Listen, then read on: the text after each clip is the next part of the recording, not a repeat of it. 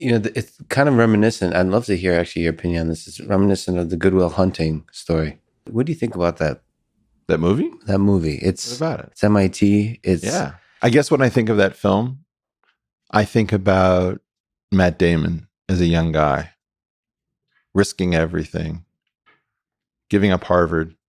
I think, probably the most accomplished group of people in the world are people who choose to give up Harvard voluntarily.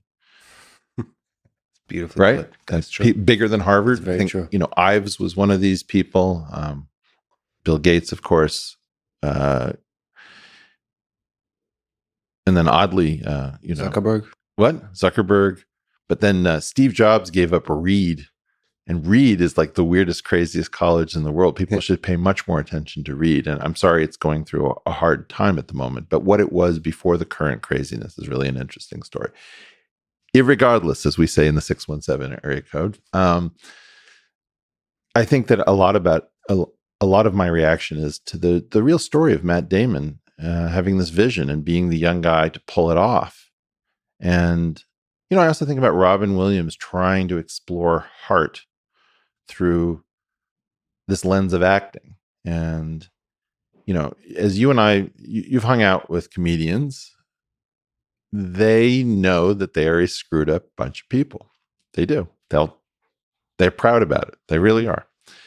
The idea that Robin Williams, who I saw many years ago when I was in LA, in the comedy clubs around here, he was a straight up crazy, dysregulated genius in tremendous pain.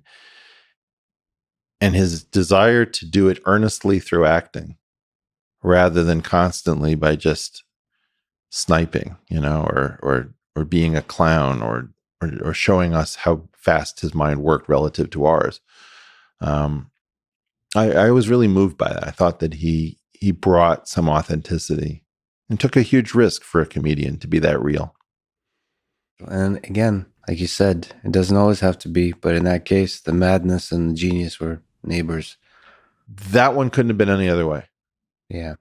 No, because his mind, the thing about seeing him in a comedy club was that he would react to random stimulus in the environment. It could be a heckler. Sometimes you almost got the feeling that he wanted a heckler because it gave him something to play against, right? He was instantly inventive. But to me, the best Robin Williams is as he got closer and closer to the end of his life, because there was a sadness, and he's almost fighting the sadness with this improvisational, like the weapons he has is this wit and humor and this dancing that he does with language. That's right. And then sometimes when he just falls silent, you can see the sadness. And I don't know, there's something so beautiful about that. It's like this bird with a broken wing that's like trying to fly, and it's getting older and older. And